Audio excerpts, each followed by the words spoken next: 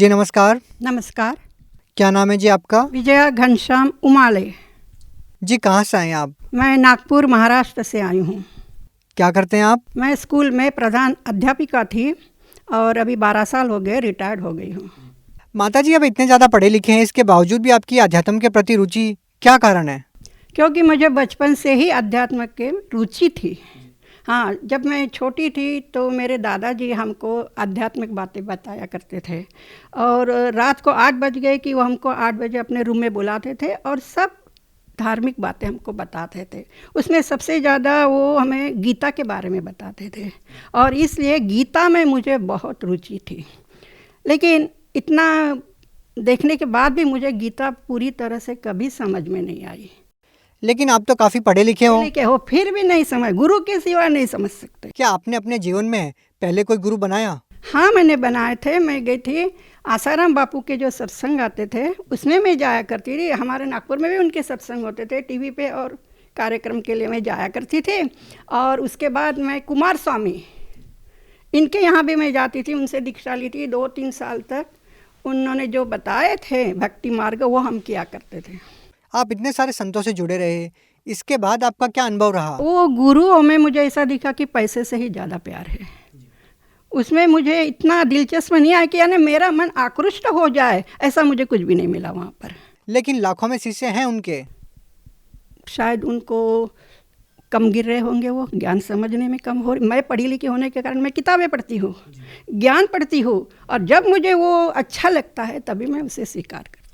माता जी, हम आपसे ये जानना चाहेंगे कि पहले ही आप संत आसाराम जी से और कुमार स्वामी से जुड़े हुए थे, तो आपको संत रामपाल जी महाराज जी के शरण में आने की क्या जरूरत थी? मेरे जो पति हैं, हस्बैंड, वो वाराणसी गए थे। वो ऐसे किसी आश्रम में सत्संग सुनने के लिए गए थे और वो वहाँ सेवादार भी थे। 6 महीने से वो वहीं थे। तो कोई सत्संग हुआ और कोई वहाँ पर भगत जी आध्यात्मिक ज्ञान गंगा जो किताब है वो छोड़कर चले गए। तो फिर उन्होंने उन मैनेजर से पूछा मैं ये किताब लेके जाऊँ क्या, क्योंकि इन्होंने कुछ पन्ने पढ़े तो उनको बहुत अच्छा लगा। और फिर मई महीने में 2012 मई में वो जब नागपुर वापस आए तो मुझे भी पढ़ने के लिए दिया। पढ़ने के बाद मैं इतनी आकृष्ट हो गई, वो ज्ञान मुझे इतना अच्छा लगा कि मैंने इनके कहा कि नहीं चलो निकालो रिजर्वेशन, हम बरवाला आश्रम जाएंगे। और 2012 में हम दोनों पति पत्नी बरवाला आश्रम संत रामपाल जी महाराज का जो आश्रम है वहाँ हम पहुँच गए। और जैसे ही मैं पहुँची तो मेरे आँखों में बहुत आंसू आने लगे। पता नहीं क्या था, मैं कभी रोती नहीं, लेकिन उससे मैं पता नहीं क्यों मेरे आँखों से इतने आंसू आते, मुझे समझ में नहीं आया। और मैंने तुरंत ही मैं थोड़ा सा मुझे ऐसा लगा कि नहीं, यही है सच्चा ज्ञान मुझे मिलेगा, यही सारे सच्चा गुरु मुझे यही आश्रम में मिलेगा। और मैंने मेरे पति से भी नहीं पूछा और मैंने नाम दीक्षा ले ली गुरु जी से। जी, हमारा सवाल अब आपसे ये है कि नागपुर महाराष्ट्र से इतनी दूर जाकर हरियाणा में संत रामपाल जी महाराज जी से आपने नाम दीक्षा ली, तो आपको नहीं लगता कि आप महाराष्ट्र के ही किसी और संत से नाम दीक्षा लेते तब भी आपको ऐसा ज्ञान मिल सकता था? हाँ, स्थानीय गुरुओं के पास भी हम लोग जाते थे, मंदिरों में जाते थे। पूरे हिंदुस्तान में मैं घूम के आई हूँ, सब तीर्थ यात्रा करके आई हूँ, हिंदुस्तान के बाहर भी मैं घूम के आई हूँ। लेकिन ना मुझे मंदिरों में कुछ ऐसा वातावरण मिला, ना किसी आश्रम में मिला। केवल जो मिला तो संत रामपाल जी महाराज के आश्रम में ही मुझे मिला और मेरे मन की तृप्ति हो गई।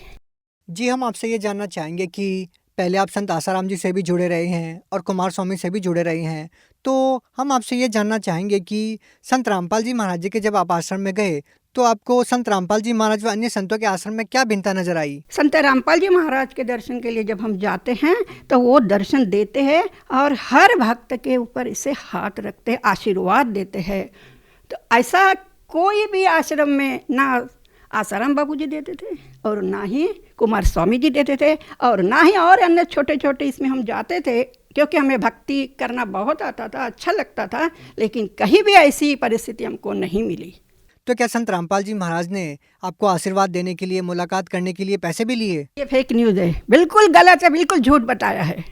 वो कोई पैसा नहीं लेते, बल्कि इतना वो आश्रम में मिलता है, खाना वगैरह सब मुफ्त। बाकी आश्रम में तो हमको पैसा देना पड़ता था। लेकिन संत रामपाल जी महाराज जी के अनुयायी ये दावा करते हैं कि उनकी कैंसर जैसी भयानक बीमारी जो डॉक्टर भी ठीक नहीं कर पाते हैं, वो संत रामपाल जी महाराज ठीक कर देते हैं। क्या वो बिना पैसे के ठीक कर देते हैं? संत रामपाल जी महाराज ऐसी भयानक बीमारियां भी हो जाती है तो कोई पैसा नहीं मांगते, केवल उनके आशीर्वाद से जो मानसिक समाधान भी होता है और जो मंत्र जाप करते हैं उससे उस भक्त में इतनी शक्ति आ जाती है, इतना कॉन्फिडेंस बढ़ जाता है कि वो उस बीमारी को स्ट्रगल करने में कामयाब हो जाता है। अब मुझे जो 6.5 साल हो गए हैं, क्यों हुआ? मुझे कोई दवा नहीं है 6 साल से। मेरे पेट में दर्द होने लगा था वो 14 और 15 जनवरी 15 में मुझे ज़्यादा दर्द हुआ तो मैं दवाखाना गई। तो डॉक्टर के पास में गई तो डॉक्टर ने टेस्ट किए और फिर उसके बाद उन्होंने बताया, मेरा ऑपरेशन हुआ कि आप और वो टाटा, मुंबई का जो टाटा इंस्टीट्यूट है वहाँ के लैब में मेरे रिपोर्ट भेजे वो सैंपल, तो उन्होंने बताया कि आपका जो पेट में जो गांठें निकली है वो कैंसर की, यानी 100% मेरा कैंसर था। कौन कौन से डॉक्टर को आपने दिखाया? इससे पहले जो जीनित हॉस्पिटल है नागपुर में, वहाँ डॉक्टर ठाकुर है और डॉक्टर ठाकरे है। उन्होंने ऑपरेशन का डिसीजन लिया और मेरा ऑपरेशन हो गया और ऑपरेशन में मुझे कोई दिक्कत नहीं हुई। बिल्कुल वहाँ पर जो डॉक्टर आते थे सवेरे देखने के लिए तो बोलते थे ये पेशेंट सबसे ज़्यादा उम्र का है लेकिन सबसे अच्छा रिस्पांस यही पेशेंट दे रहा है। लेकिन डॉक्टर लोग तो ये कहते हैं कि कैंसर एक लाइलाज बीमारी है, ये कभी भी दोबारा हो सकती है, लेकिन आप इतने कॉन्फिडेंस के साथ कह रहे हैं कि आपकी कैंसर की बीमारी ठीक हो गई। हाँ, मेरा कैंसर ठीक हो गया और मेरे गुरु के ऊपर 101% मेरा विश्वास है। मेरे गुरु के ऊपर विश्वास था, इसलिए दोबारा वो आई नहीं तो ऑपरेशन होने के बाद फिर जोर से बढ़ती है वो और दवाखाने में बार बार जाना पड़ता है, मुझे नहीं जाना पड़ा। डॉक्टर्स ये बोलते हैं कि इसका कोई परमानेंट इलाज नहीं है। नहीं, वो बोलते हैं कि आप ठीक हो गए, पूरी तरह से ठीक हो गए कभी नहीं बोलते हैं, ठीक है आराम है, ऐसे ही बताते हैं, क्योंकि ये दोबारा होती है। कई मैंने देखे ऐसे पेशेंट के जिनको दोबारा हो गया चले गए। लेकिन संत रामपाल जी महाराज जी के अनुयायी तो ये दावा करते हैं कि उनका सालों पुराना कैंसर ठीक हो गया और दोबारा कभी होता नहीं है। हाँ, क्योंकि मेरा उदाहरण है ना, 6.5 साल हो गए, नहीं तो 2-3 साल में तो चले जाते लोग।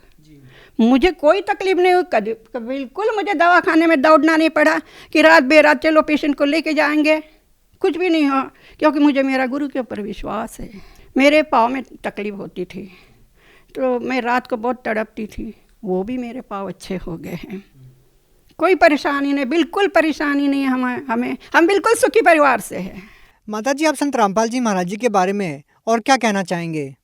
मैं समाज को यही कहूँगी कि अगर हिंदुस्तान में अगर कोई संत है तो संत रामपाल जी महाराज एकमेव संत हैं, जिनका ज्ञान इतना है कि जो हमारे पुराने जो धर्म ग्रंथ है उसमें सब लिखा हुआ है। हम इतने पढ़े लिखे होकर भी इतने दिनों तक पढ़े, यानी वो ज्ञान हमने ना पढ़ा ना किसी संत ने उनके बारे में बताया। लेकिन संत रामपाल जी महाराज एक में ऐसे संत है कि जो कि हमारे जो पुराने जो धर्म ग्रंथ है उसे खोलकर बताते हैं। हमने तो अभी तक खोलकर देखा ही नहीं, हम इतने पढ़े लिखे होकर भी खोलकर देखे नहीं। तो मैं तो समाज को यही कहूँगी कि हमारे जो ग्रंथ है जैसे शिव पुराण है, देवी पुराण है, खोल के देखो। वेद तो है लेकिन वेद समझने में बहुत तकलीफ होती है, गीता तो समझ में नहीं आती है क्या कहना चाहते हैं भगवान। संत रामपाल जी महाराज के सत्संग सुनोगे, वो खोल कर दिखाते हैं सब, तो वो समझ में आता है। मैं तो समाज को यही कहूँगी कि अब समय मत दौड़ाओ, ये क्या दिख रहा है देश में, ये कितने लोग जा रहे हैं कोरोना से, उनके पास जाइए, उनका ज्ञान समझिए और अगर उन्होंने जो नियम बताया उस नियम के अनुसार आप भक्ति करोगे तो पार हो जाओगे। माता जी, एक बात बताइए, ये सवाल आपसे पूछना काफ़ी वाजिब भी है क्योंकि आप पढ़े लिखे इंसान हैं, आप प्रिंसिपल भी रहे हैं। तो आज का जो पढ़ा लिखा समाज है, जो हाई क्वालिफिकेशन कर चुका है, वो साइंटिस्ट लोग बाबाओं को फेक मानते हैं, भगवान को नहीं मानते। उनका मानना होता है कि आप खुद अच्छे कर्म कीजिए, बाबाओं के पास मत जाइए। तो आप उन लोगों को क्या कहना चाहेंगे? मैं तो यही कहूँगी, मेरे विद्यार्थी जो है वो भी अब PhD वगैरह बहुत बड़े बड़े हो गए, 40-50 साल के हो गए हैं। मैं वो अगर मेरा इंटरव्यू देख रहे हैं तो मैं तो उनको यही कहूँगी कि ये जो तुम पढ़े लिखे हो ना, जो अब तुम्हें अहंकार आ चुका है कि हम पढ़े लिखे, हम क्यों जाए बाबा लोगों के पास। लेकिन ये भी उनका सवाल ठीक है क्योंकि भोंदू संत भी बहुत है, उन्होंने उन लोगों को एक प्रकार से फंसाया है, इसलिए उनका विश्वास नहीं है। लेकिन मैं तो कहूँगी कि संत रामपाल जी महाराज के चरणों में आ जाओ, शरण ग्रहण करो और देखिए ना, अनुभव तो आप ले सकते हैं। अगर आपको अच्छा अनुभव आया तो ठीक है, नहीं तो आज जो मैं स्थिति में देश की देख रही हूँ मुझे बड़ा दुख हो रहा है। क्यों हो रहा है? क्यों इतनी खराब परिस्थिति हमारे देश में आ गई है? क्यों हम नास्तिक हो जाते जा रहे हैं? क्यों हम निगेटिव बात सोच रहे हैं? इसी का परिणाम आज है हमारे देश को भुगत, और कल जाकर ये जो आज के जो बच्चे हैं ना, उनको बहुत बुरे दिन आने वाले हैं। तो इसलिए संत रामपाल जी महाराज के शरण में आओ, पॉजिटिव थिंकिंग है वहाँ पर, और देखिए कि आपका, आपके परिवार वालों का बहुत भला हो सकता है। अभी जो नई बीमारी पूरे दुनिया में हाहाकार मचा दिया है कोरोना ने, तो क्यों नहीं वो साइंटिस्ट लोग जो दवा दे रहे हैं, वैक्सीनेशन दे रहे हैं, फिर भी क्यों लोग मर रहे हैं? पहली स्टेज हो गई, दूसरी लॉट आ गई, अभी तीसरी आने के लिए डरा रहे हैं। रोज़ मीडिया में देखो वो बताते हैं आ रही, लोग डर के मारे कितने परेशान हैं। तो उसलिए भगवान के शरण में जाओ, वो भगवान आपको मिलेगा संत रामपाल जी महाराज के रूप में। और दूसरी बात मैं ये कहूँगी कि कृष्ण भगवान ने भी गुरु बनाए थे, और राम ने भी गुरु बनाए थे, सुखदेव जी ने गुरु बनाए थे। उनके पास गुरु ने तो स्वर्ग में आने नहीं दिया था। फिर हमें गुरु की कितनी आवश्यकता, गुरु के सिवा हमारा मोक्ष ही नहीं हो सकता, ना हमारी तरक्की हो। हाँ, भौतिक तरक्की हो जाएंगी, लेकिन आध्यात्मिक प्रगति नहीं होगी। और मैंने ये भी देखा कि बहुत भक्ति करने, जो कि मेरे ससुर जी थे, मेरी सास थी, बहुत भक्ति करते थे। श्रावण महीने में एक महीना तक खाना नहीं खाते थे, केवल दूध पीते थे। लेकिन उनका जब मृत्यु का समय आया ना, बहुत खराब मृत्यु हो गई। 2-2 साल तक खटिया पर पड़े रहे, कोई उनके रूम में नहीं जाता था, इतना गंदा बास आता था। मुझे ऐसा लगता था कि इतनी भक्ति करने वाले, शंकर जी की भक्ति करने वाले, हमारे यहाँ तो हनुमान जी का मंदिर है, मंदिर में पूजा करने वाले हमारे घर के लोग, इतने धार्मिक लोग, क्यों इतनी बुरी मृत्यु आ गई उनको? यह प्रश्न मुझे बार बार होता है। आप भगत समाज को क्या संदेश देना चाहते हैं? मैं भगत समाज को यही संदेश देना चाहूँगी कि इस पृथ्वी पर अगर कोई संत है तो संत रामपाल जी महाराज है। उन्हीं के पास आपको अच्छा ज्ञान मिलेगा।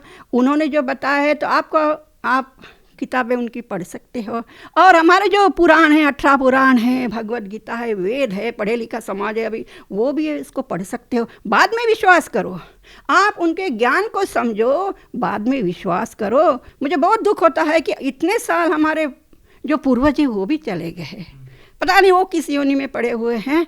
अगर ये ज्ञान अगर मिल जाता था उस समय, तो हमारा देश तो और आगे चला जाता था। हम लोग बहुत सुखी रहते। आज ये कोरोना का मुंह हमें देखने को नहीं मिलता था। माता जी, अगर कोई व्यक्ति संत रामपाल जी महाराज जी से नाम दीक्षा लेना चाहेगा तो वो नाम दीक्षा कैसे ले सकता है? उसके लिए व्यवस्था है कि टीवी चैनल, काफ़ी टीवी चैनल्स पर उनके सत्संग आते हैं, और वहाँ पर फ़ोन नंबर दिए जाते हैं। उस फ़ोन नंबर को आप लोग देखिए और नंबर कांटेक्ट कीजिए। हर जिले में, हर डिस्ट्रिक्ट में नामदान सेंटर खुले हुए हैं, और वहाँ पर आपको जानकारी मिल जाएंगी। नामदान सेंटर पर गए तो वहाँ के जो सेवादार होते हैं बहुत अच्छी प्रकार से समझाते हैं कि हमने कौन सी गलतियाँ नहीं करनी है, गलती करेंगे तो उसका फल हमें क्या मिलेगा, बहुत अच्छी प्रकार से समझाते हैं। तो मैं समाज को कहूँगी कि आइए, अगर मेरे जैसी एक टीचर, प्रधानाचार्य अगर इस संत के चरणों में गई है तो आप लोगों को जाने के लिए क्या है? हम भी तो पढ़े लिखे हैं, हम गंवार नहीं हैं कि अंधविश्वास नहीं है। हम सोच समझ कर यहाँ पर आए हैं, और हम तो यही कहेंगे कि यहीं आओ, संत रामपाल जी महाराज जी के शरण में आइए। जी बहुत बहुत धन्यवाद। सत साहिब।